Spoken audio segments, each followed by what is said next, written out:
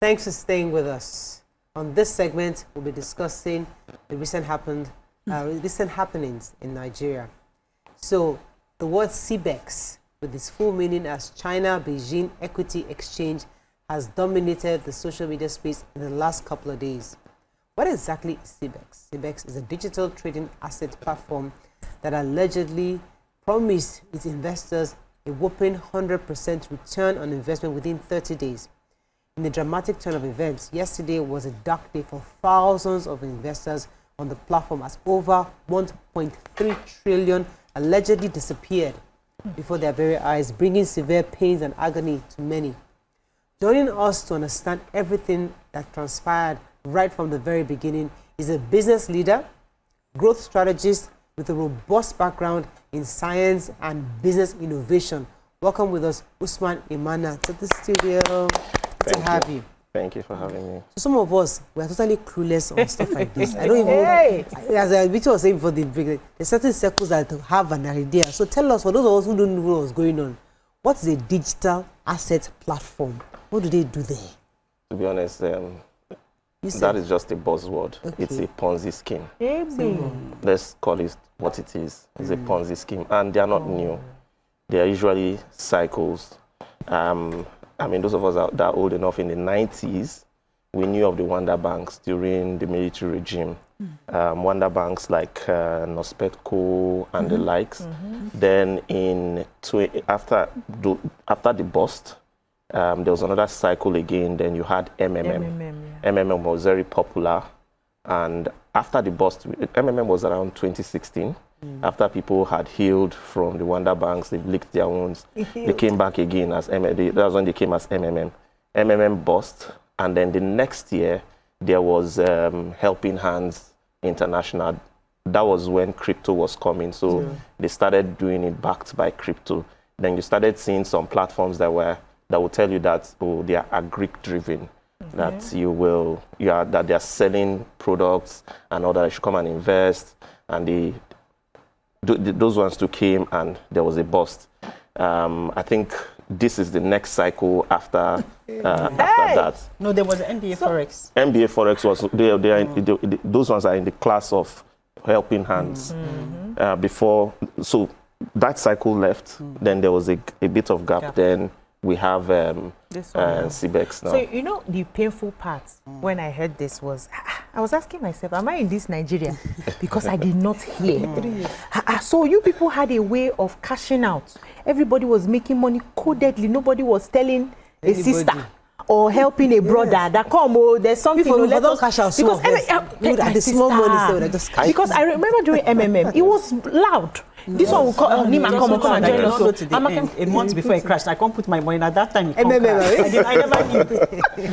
So help us educate Nigerians on how best to invest their money, because I see there's usually this hurry. They ask you how many percent, 10%. No, it's not enough. They go to places where they are promised 100%. 80%, you don't understand the source, whatever they are doing there, but they tell you bring your money and you get 100% returns in 30 days. Please help us. Is it possible to make that kind of returns in such a short time with any amount of money? Okay, so let me talk about general principles when it comes to life generally. Life happens organically. Okay. It's like saying that you want to have a child today and you want the child to fly tomorrow. You are here today. You didn't just start what you are doing, what you are known for. It took a while. So there's process. The moment somebody is giving you something that lacks process, run. Suspicious. For me, the world changes, but some things are just permanent. They are basic. Money is made when value is created and exchanged. Personally, if you cannot explain the process, if I cannot explain the process of value creation and exchange in one sentence, I will not invest. If I cannot tell you how, in one sentence, how we make money and how how we make value and how we exchange it for money in one sentence, one or two, maybe a paragraph, then that's a personal mantra that I go by. Now, in terms of investing, I think the first thing that we should look at is the country has a central bank. And in Nigeria, I've forgotten the name now. Not SEC. Federal Central Bank, they have this monetary policy meeting that they have monthly, that they fix the interest rate. So if in Nigeria, I will give an example. I don't have the figure for the last one. Let's say interest rate is 30%. Let's say 25%. It's not 30%. Let's say 20%, for instance. That's per annum. If you prorate it over 12 months, that's about 2% per month. That's headline. Of course, the financial institutions will have add their other fees and margins and all that. So even if you are borrowing somebody, even the loan sharks, 5% is very, very high. So if somebody is coming to tell you that you make 30% and you are looking at the average and there's a huge variance, you know that there's an issue. Then the next thing is to look at what kind of business are they doing.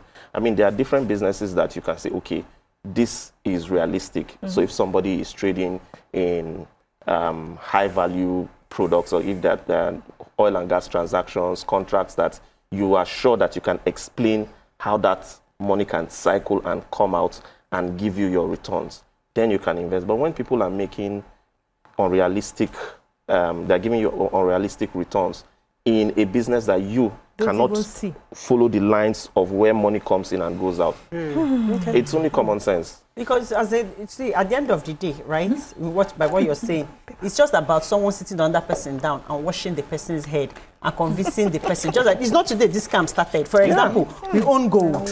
We carry a bag of gold. We go and give somebody that does not even own gold. They will carry our gold and put in their reserve and tell us that they give us paper, that they're using their currency to back up, using the gold to back up their currency.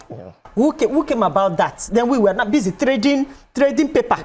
When somebody is holding our gold, it is still the scam. Not be today this scam starts.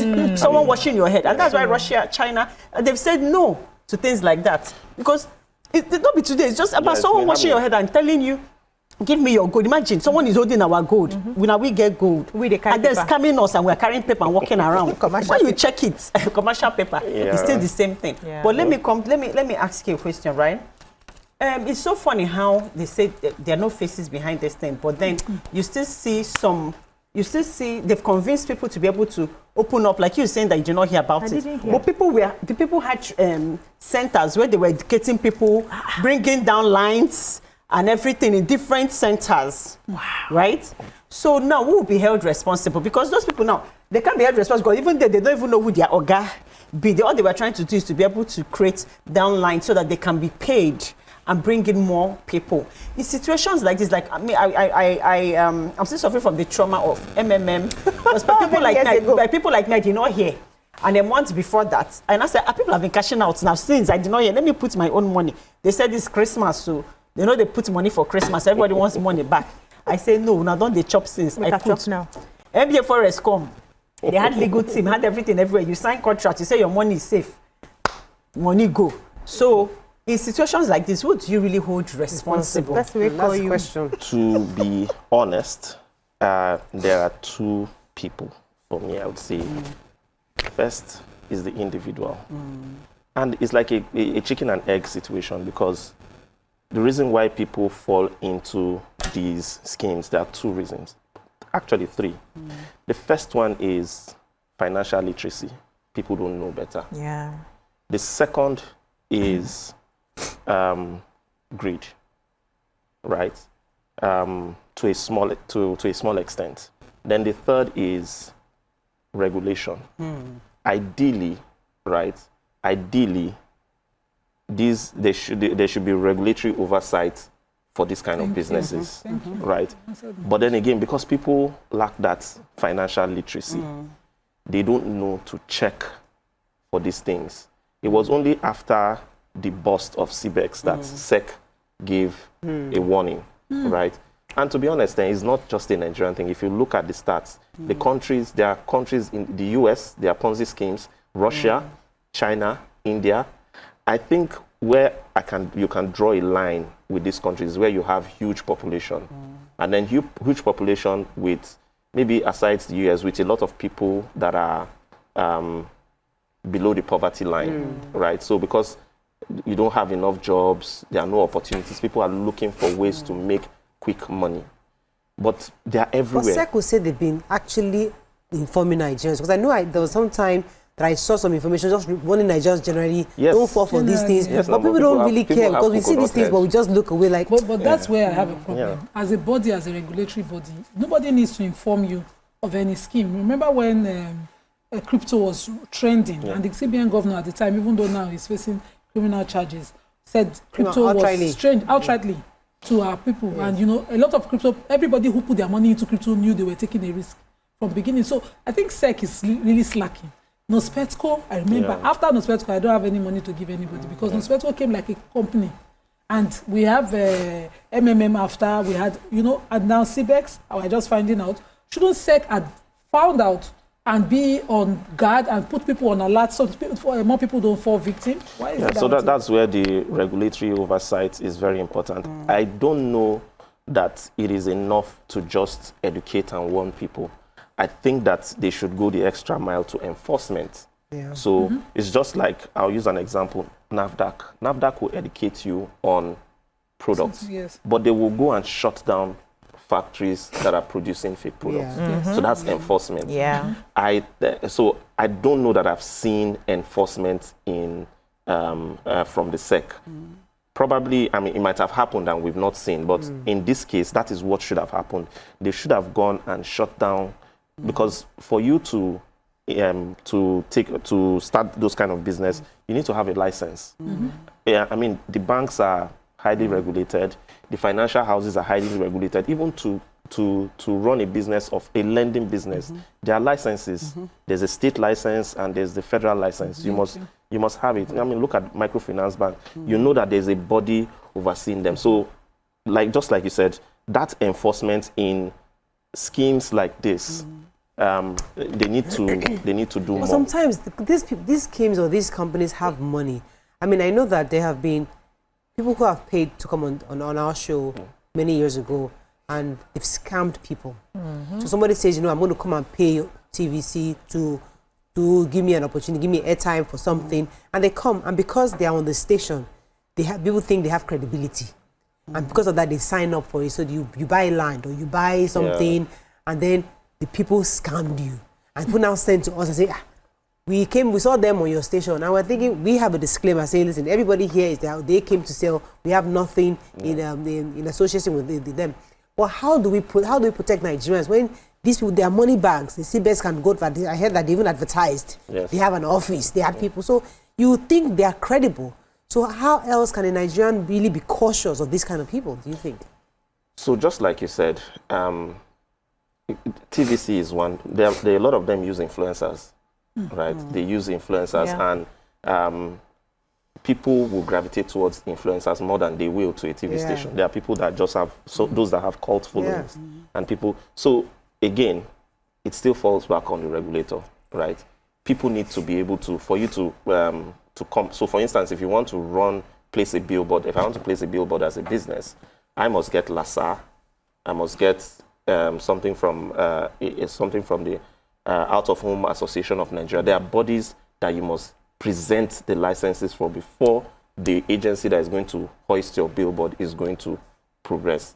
So I think that, you know, like I said, falls back to the regulator. There needs to be licenses that people must have before they can commercially go and sell things. You can do it privately, nobody will hold you, but for you to do it in mass, there needs to be a checklist of things that people must present. Let me go on a very short break. When we come back, we'll take a few calls, because we'd like to hear from Nigerians who have experiences or who know somebody who has lost money on CBEX. It would be good to hear their own story. Stay with us, we'll be right back.